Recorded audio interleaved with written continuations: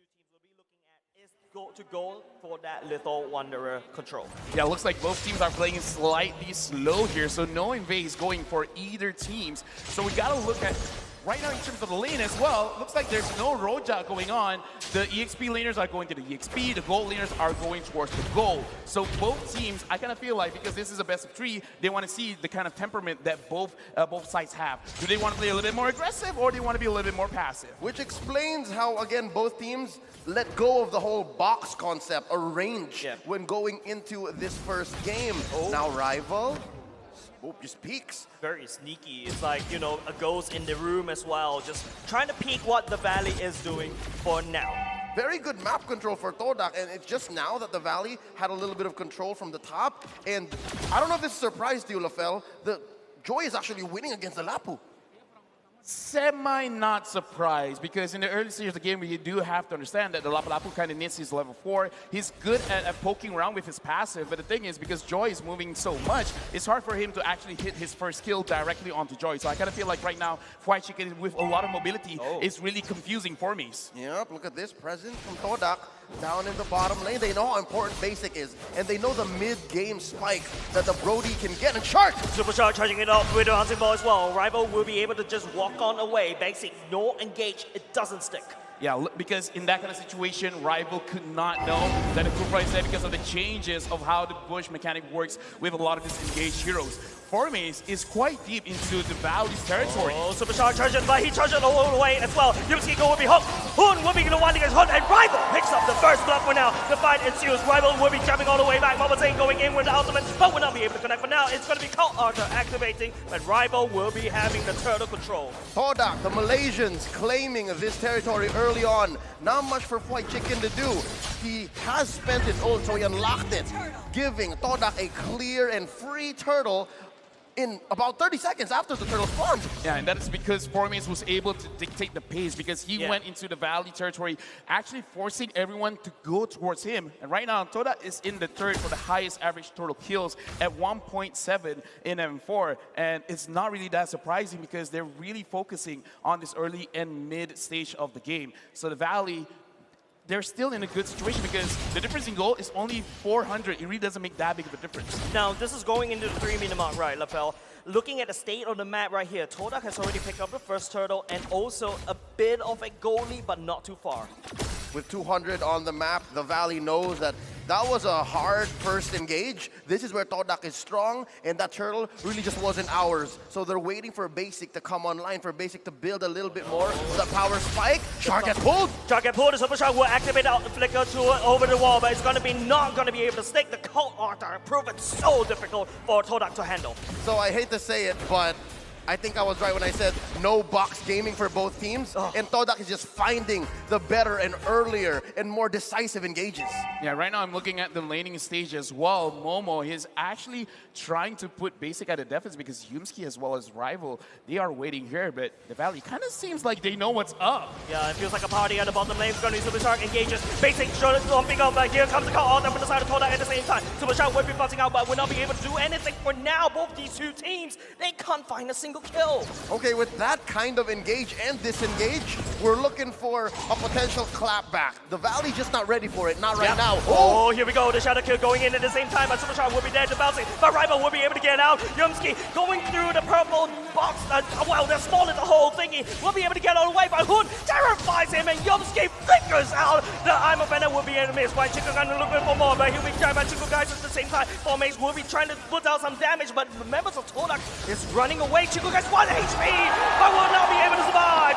White Chicken activate the vengeance, but will also fall as well. It's a trade. Oh, another one falls. An expanded and extended team fight. All this while, the Valley was just using that to buy time. They get the second turtle. Yeah, looking at this, it could be a game where we're looking at whoever pulls the trigger first, because the way that you got to go in and out of the team fights, you got to micromanage all of the timings, the ults, the spells, because looking at the itemization right now, Joy already has that Genius 1, so a prolonged team fight will be pretty good for the Valley, because quite a lot of magic damage is on their side. Rival here, having the Hunter Strike is great, is good, but I don't think the Valley anyone will be really alone, so he can't really maximize the power of the Hayabusa. Yeah, even if Fried Chicken does go a little too deep, you can already see that Fried Chicken's building hybrid.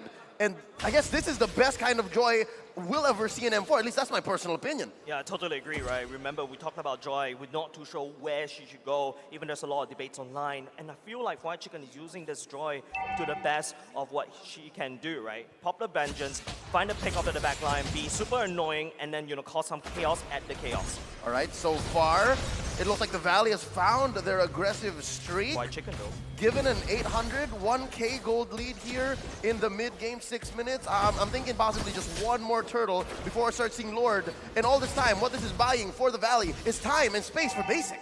Yeah, right now Basic is looking pretty good because we got to remember that the Brody is pretty strong in terms of burst damage and has been buffed up recently in the previous patch. So people are like, oh, maybe he's not that strong mid-game, late game. No, not really. Brody right now is actually a monster. So if he can wait out for Chiku guys to use his ult, then Basic will pop off in this game. I feel like what the Valley is trying to do right here is, I don't think they're looking for the kills. They're just trying to scare off Todak, make sure they don't engage, use Brody, use the Basic to basically push down the turrets very slow. Look at the bottom side. It's really hurting for the side of Todak, but Supershark charges. Yumski tries to spin. Supershark actually catches. Yumski all the way at the back line, but Chiku guys activate the call on both sides. Activate the call out there as well. It's going to be the battle of the sustain and both sides, but Momo, he's actually free-hitting. Basic jumping at Chiku guys drag 4-5 members, and it's a disaster. Overside from the Valley, and Rival is still alive as well. Trying to output some damage, but the sustainability coming up from the Valley is still there. But Rival, the assassin, oh my goodness, he's still going at it as well. Fried Chicken buying some time, but the damage is down. 3-man goes down for the Valley. Fried Chicken still trying. It's 4 Mays and Rival. 2v1. Fried Chicken still gets it, shutting down the rookie jungler. And all this time I was going to say, 4 Mays fashionably late, but not enough time to kill Fried Chicken. Well, looks like the Joy with the Vengeance is the answer. That's right. I gotta say, this is a good style for both teams because whether it's a good decision or not, if someone says goes in, everyone goes in, and that's what we see from Todak because it was quite an over-aggression because Momo, he flickered in trying to get those kills, but he put himself in a very, very tough spot where he received a lot of damage from the Valley. So I like this level of play. I like this level of trust, but they got to make sure that the right calls are being made. Yep, slowly we are seeing how that head-to-head graph came to be. We're seeing now how the Valley can come back, find these angles, and again, take control of the mid-game. There you go, that last turtle went over to the Valley. You see that Basic has built his Malefic Roar. So as soon as he gets like at least 2 stacks on somebody, someone's going down. Yeah, I really don't think this is a really good fight from the side of Todak. They're just trying to put some pressure on the top side. MobaZane is already here. Just shoving them away. Need to protect Fried Chicken as much as possible. He's doing quite well as well. Try to put the attention more towards the EXP lane so that the Brody does have better farm. He's trying to push down these turrets. Right now, it looks like Todak's idea is they're trying to get any kind of objective because that's the way that they could equalize the goal because if they try to fight, it's really not going to happen. So they're trying to stall it out, try to see whether they can actually get this top turret. If they can't, they're kind of in trouble because this gives a lot of time for the Valley to set up something anywhere else. Oh, Supershark. It is going to be Rival, the first victim. Shadow kill all the way in and giving away the turret in the mid lane. So much map control for the Valley now. Oh no, they're going to answer. They're going to Another find one. Yumski will bet the flicker will be committed at the same time. That is one flicker burn from the side of Todak. All right, so what we saw there was Todak setting up a huge top lane siege, but the Valley being maybe a step and a half ahead. They pushed mid, they caught Rival, and then a false engage onto Yumski, but they forced the flicker, so I'm guessing that's a big win for the Valley. They had information because MobaZane was up there as well, so he assumed, okay, I just saw them top side. I don't see them again, so most probably they're gonna stay there. We could set up something in mid. So that's what happened. They saw what was there, and they made a very good assumption that they're not gonna move. So that's just calculated aggression. Oh, is that a purple? He did! That's the purple buff stolen by MobaZane, and Grab that's that purple. the biggest problem. If you have your mid lane cracked open, but now the Lord has spawned. This is the first Lord. Don't forget, Todak doesn't really have a good Lord control. Oh no, 2K ahead, and you can assume that a lot of that is on basic, and a lot of that is on fried chicken, and he's rocking that mystery shop. So best believe he's making the most of that gold more than 4 maze. 10% is gonna go a long way, especially for a team that likes that mid-game power spike 10 minutes in, and it's very difficult to find a way for Todak to get in there. We're looking at least all ults being online and looking for that engage. Who's gonna get in first? My goodness me, MobaZane already chunked down the Turtle Lord, already half HP, but look at White Chicken, look at it go. He's looking for the pickup right here, but he's gonna get stunned right now, but MobaZane at the same time, White Chicken fought so much time for the Lord to be taken away by TheValley as TheValley collapse on top of Todak. 3 members has already gone down, 4 mates, and also fighting for dear life, but would not be able to survive. Rival, the only one left. Super Shark, man, he set it up so well as well. Since everyone is so clumped up together, there is no way this Hayabusa could work. So right now, Todak, they're really losing up the engages on Super Shark. He's really shutting them down hard. And now they're making their way into the base. That shield pop. Chiku guys forced to use the cult altar early. Too early and too late at the same time. Yosuke will be chucking it now. Look at the damage from coming from Momo. Will not be able to connect. Facing all the way back, but Hood coming in with the call out of his own. And Rival gets knocked up in the air at the same time. It is going to be Momo trying to output some damage to the backside, but will not be able to connect for now. Formace will be able to take down one South for now. As Hood will be taking down Chico. The stun going in. Formace, what are you going to do against MobaZane? A show of sportsmanship between Zane and Formaze.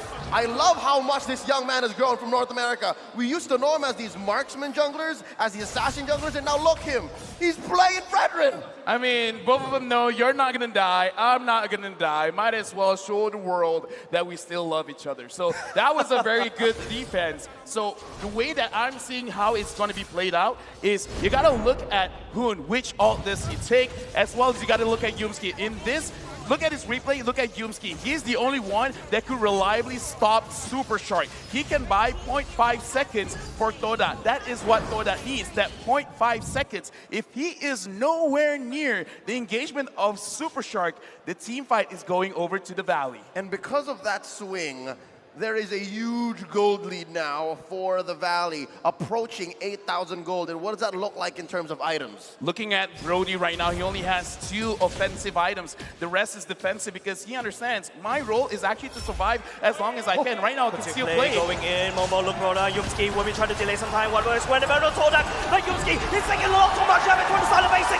MobaZane already looking for the Chico guys kill at the same time. But look at White Chicken, he's delaying so much time against Momo. Formace will be trying to fighting out the call, also going in to try to kill activated by the Todak as well, but will not be able to buy enough time.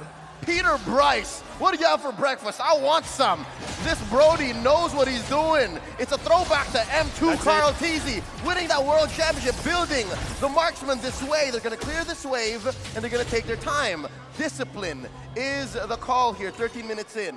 Right now, I kind of feel like Todak, if they really want to take a fight, they kind of got to take it in a very open space because close spaces is very good for a Kufra. So inside your base, around the river, not inside the jungle. If they do want to fight, don't fight in the jungle. I know how strong Ruby is in the jungle as well, having AoE control. But at this point, you got to respect Super Shark. Pick your fights at the right location. With this current location, it's not good for Todak. So they got to keep this in mind in their next fight. And the same can be said about the Lapu-Lapu as well. If you're in those tight corners, those alleys, it's kind of hard for Formaze to predict where to land the bravest fighter and all the following skills. So that again allows White Chicken to just go roughshod straight into the back line. Now this Lord, it's as free as it gets. All right, gratis as they say here in Indonesia, giving them what, a close to 10K goal lead.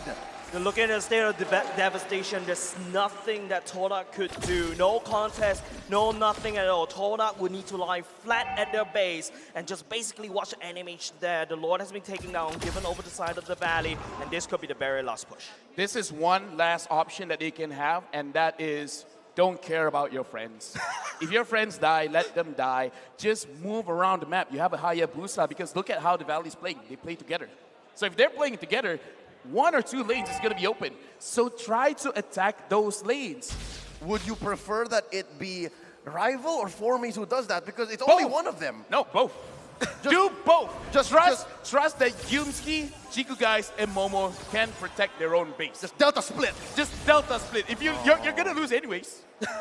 No, not like this. Not like this for Oh. Level, not like this. The conceal play going in. The Lord is already rampaging all across the base for now. Bottom side has already been destroyed by the side of Valley. It's up to Todak to try to defend. No one is committed anything for now. It's going to be Superstar charging at the same time. Look at the defense coming up from Todak at the same time. Fight Chicken going on the back line. Momo will be able to do some damage. The Lord is still getting chunked down by the side of Todak. Nice defense, question mark, but that will be it. But Yomski, he goes in. The co-hosts are going to be activated. It's going to be a full fast battle in a bloodbath happening in the base of Todak as the Valley will slowly make its way to the core. And they are not going to stop there. They are not going to go down without a fight as they will be chunking down on the core for the sweet victory.